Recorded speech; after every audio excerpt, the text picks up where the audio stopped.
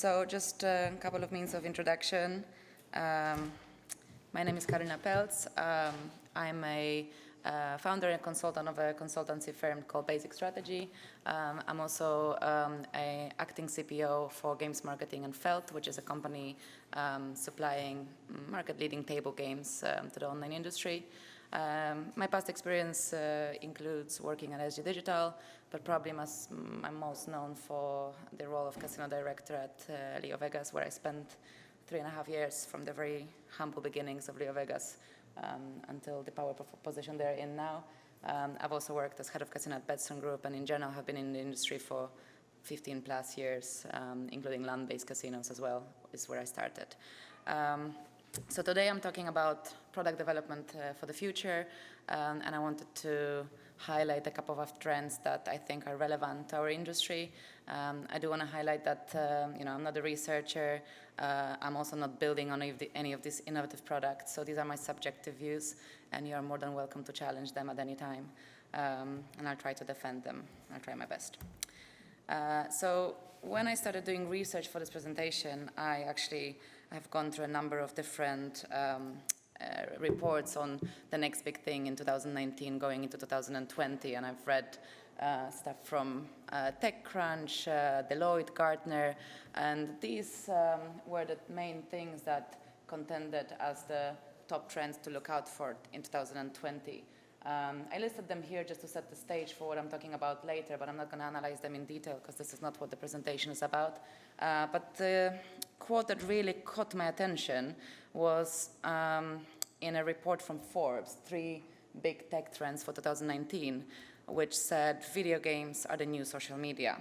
I found that a really powerful statement, considering we've got 2.4 billion users on Facebook, 1.8 billion users on YouTube, and another billion on Instagram. I just wonder what makes the video game such a big threat to the social media platforms. I mean, considering the number of users, yes, it is a population of over 2.5 billion, but what it is exactly that makes it a threat to the social media platform. And to explain that and understand that, first of all, I wanted to go through the evolution of media consumption habits and show you what I found during my research and what my views thus are based around. So let's start with video streaming as we know it. By video streaming, I mean watching movies the way we know it right now. It is expected that by 2020, 80% of all internet traffic will be video. Facebook predicts themselves that they're going to be video only by 2021. 75% of all video is watched on mobile, which shows that the bandwidth of connectivity on the phone on the go is no longer an issue. Video mobile consumption rises 100% year on year. So you can just do the math and see where it's going to be next year. And it's a $124 billion industry. And obviously, if there is this money involved in the industry, there is a lot of players that want a piece of it. We've got Netflix, we've got Hulu, Prime Video are the top sort of market shareholders, but there is a lot of disruption predicted with Apple TV Plus coming, and especially with Disney Plus coming. If they decide to take off all their content of Netflix, we're going to see some possible disruption. But the point about video streaming is it isn't a new concept. It's been around for a while, and it's still relevant, as these stats show, but it's not new. My friend recently asked me, hey, I just installed Netflix. What is it that I should watch? And I just found it ridiculous. I was like, you're asking me, I just got off my landline, what mobile should I get? You probably have 3 years of full-time Netflix watching before you even get to the hot stuff that we're watching right now. So again, it isn't a new concept, but there is a relatively new trend that developed within video streaming. And I wanted to illustrate this technology with this, which you hopefully have seen before. Here we go. I gotta take off my glasses for it. Oh, naturally. Okay, here we go. So, yes! Now watch when my mouth actually moves.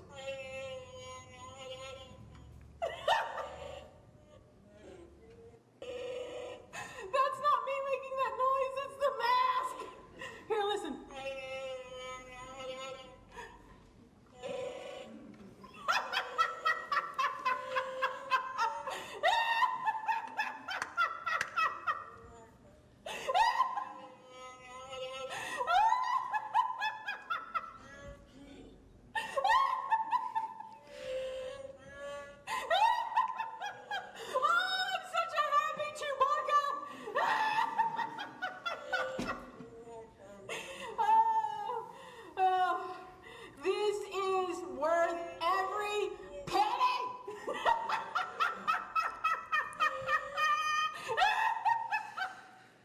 Yeah, I was not going to show the full 4 minutes video, but this is the shortest I could actually find, and I don't have video editing skills, so I couldn't make it 30-second one.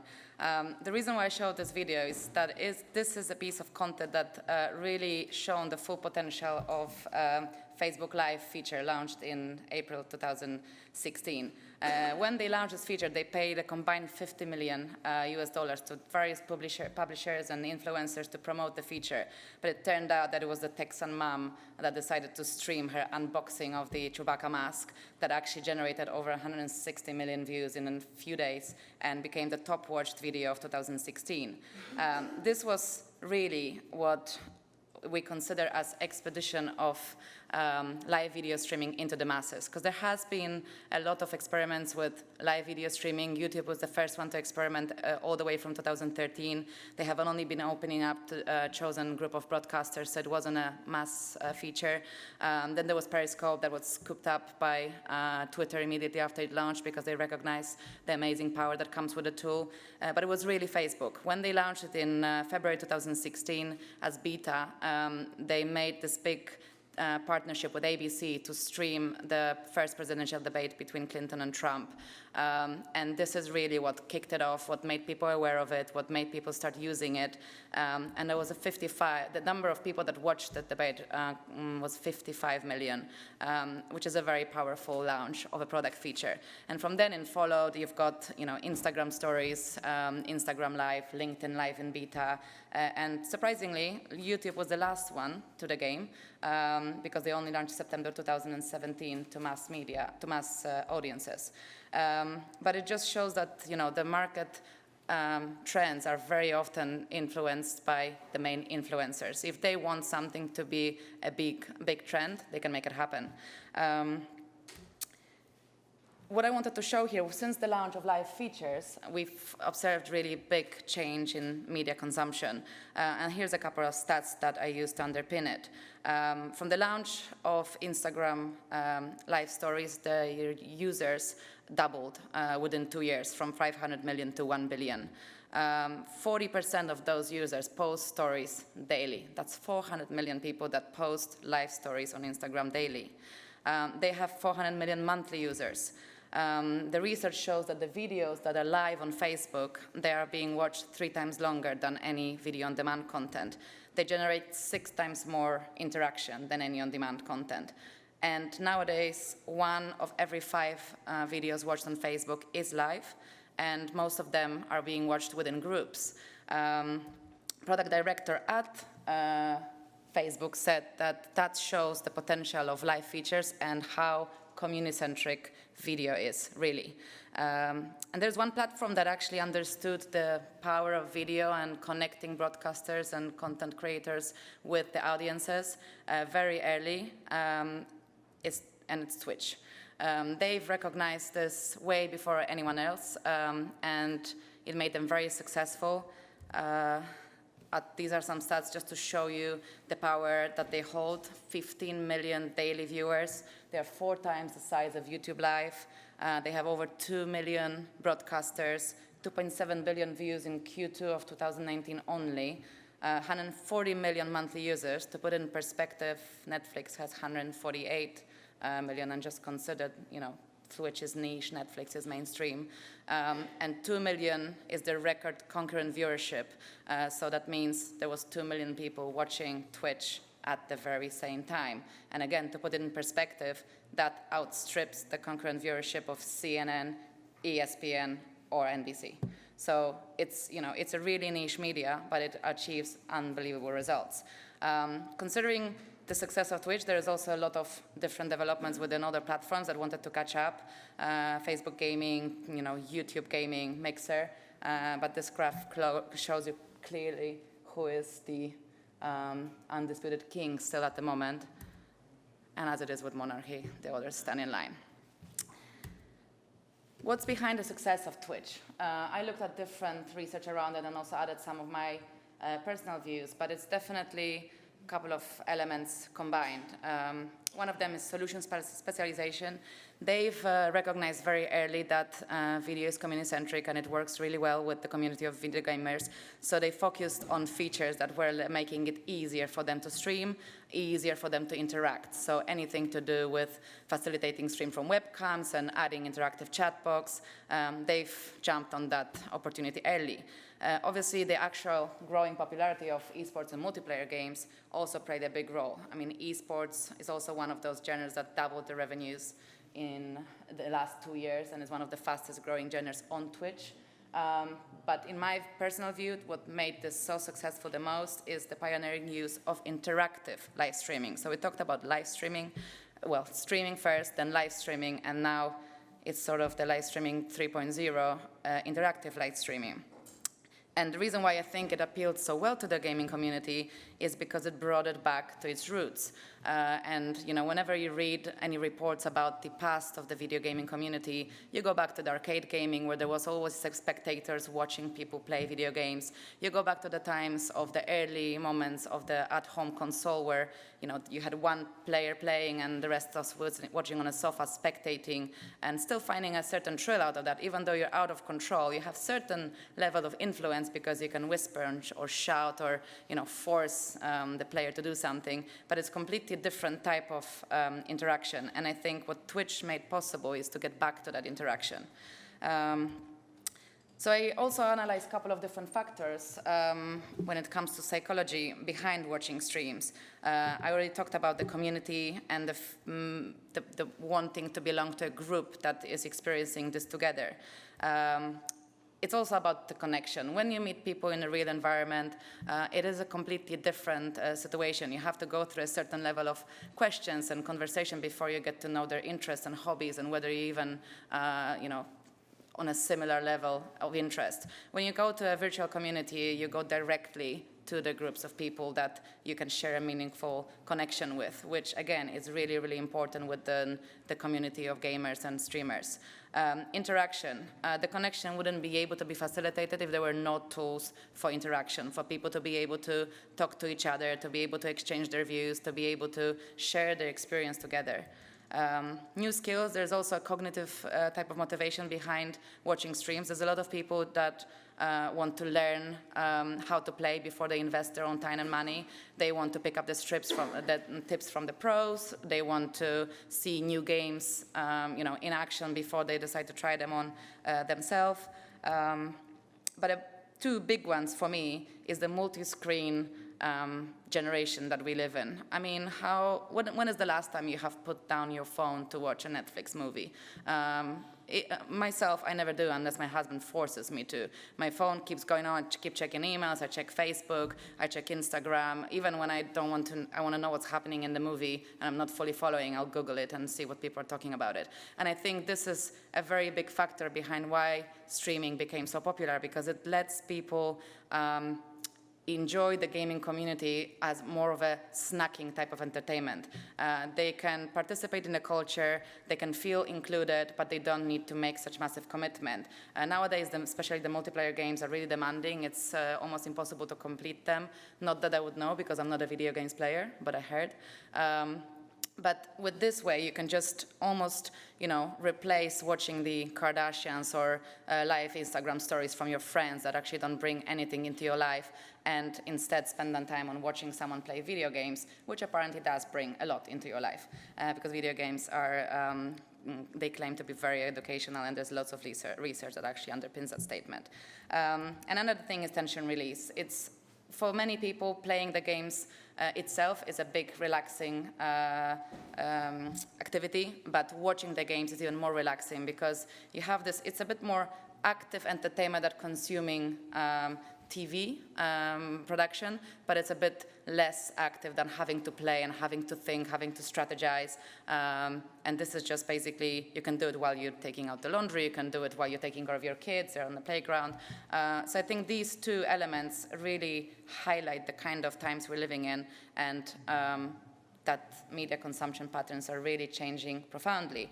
And the stats in the middle just shows, out of people who stream on YouTube and play games, 48% of people watch more than they play, which sort of a couple of years ago wouldn't be a concept that would sound as possible. Why would people want to stream more than they would play? Now, when I talked about multi-screen and about tension release, the research also shows that people are playing more and more video games, and it's not at the expense of their sleep, it's not the expense of their work time, it is at the expense of other forms of entertainment, which is why Netflix say they compete more with Fortnite than they compete with HBO. And it's the same for us. There was a presentation done by Todd, the CPO of Evolution at iGaming Next, which was a brilliant presentation, and he highlighted exactly that point, that in the gaming industry, in the gambling industry, we don't compete between each other. We compete with other forms of entertainment. And what he did highlight is that the big player in the market that we should be terrified of coming into the marketplace is Amazon, because he just made us think of what would happen if Amazon launched a casino, considering their advanced data analytics, the massive customers that they have, and the fact that they probably hold world's most credit card details. I think we should be terrified of Amazon, but not because of all the things mentioned, but more because of the fact that they own Twitch. Because imagine if that happened. It would put us out of business within days. So the summary of what I was trying to say is that we're all fishing in the same waters at the moment. And I had a conversation with many people around it.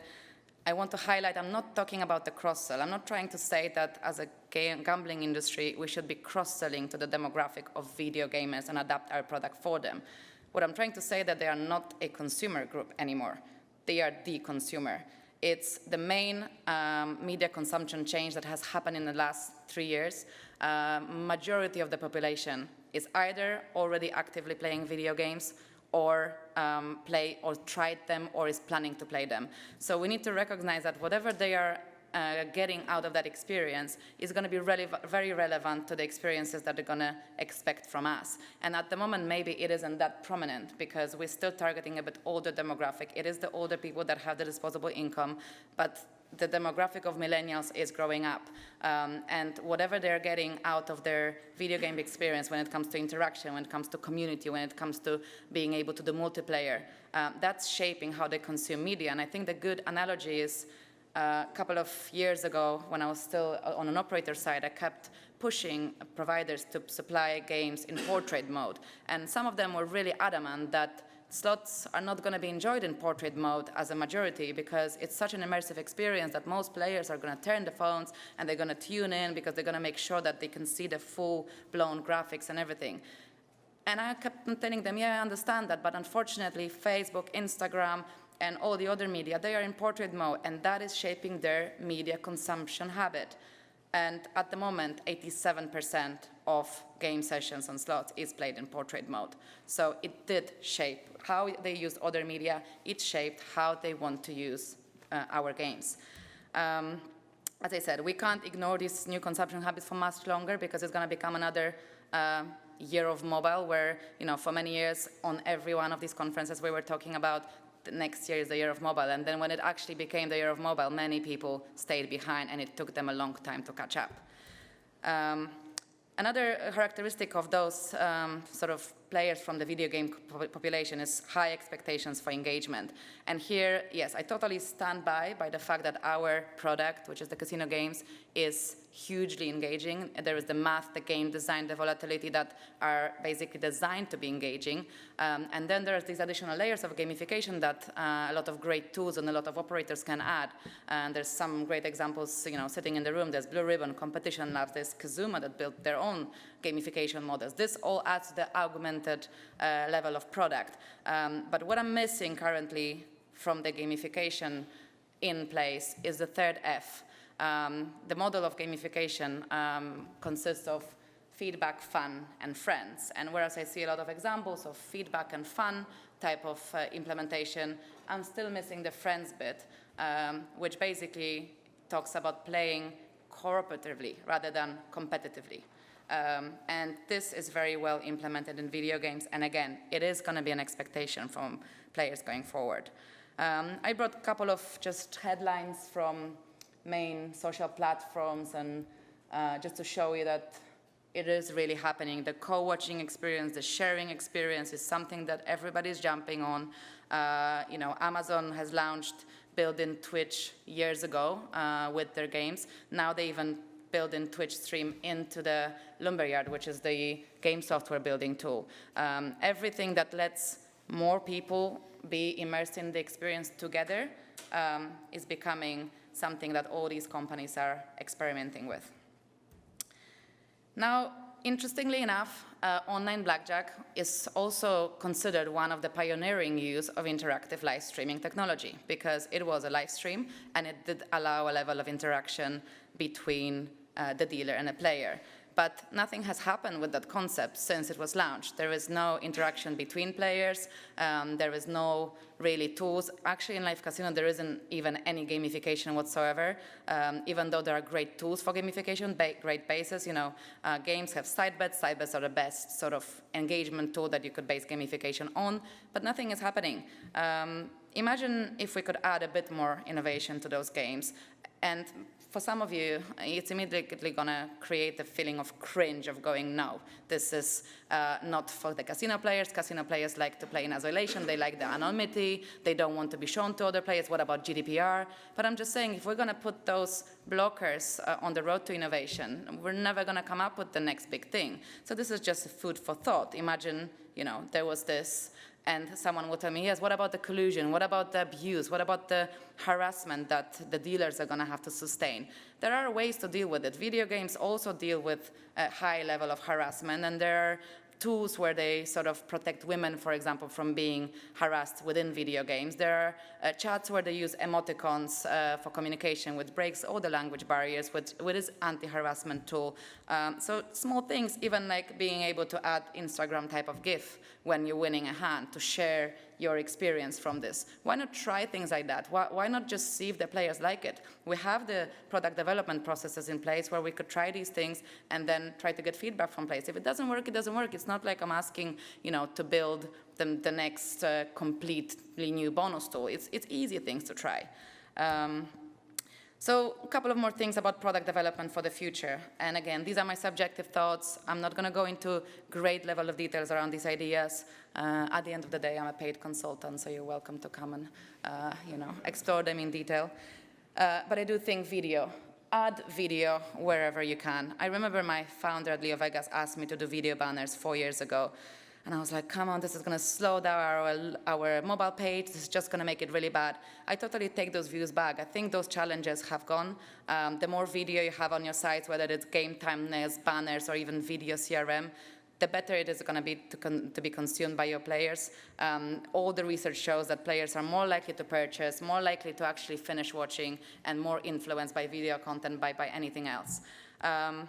Live. If you can have the video live, great. If you can't have the video live for whatever reason, add another live element. Add another element of real-time interaction. So even if the video is pre-recorded, make sure that players can comment and interact with it in real time so that it's relevant, it's happening at the moment.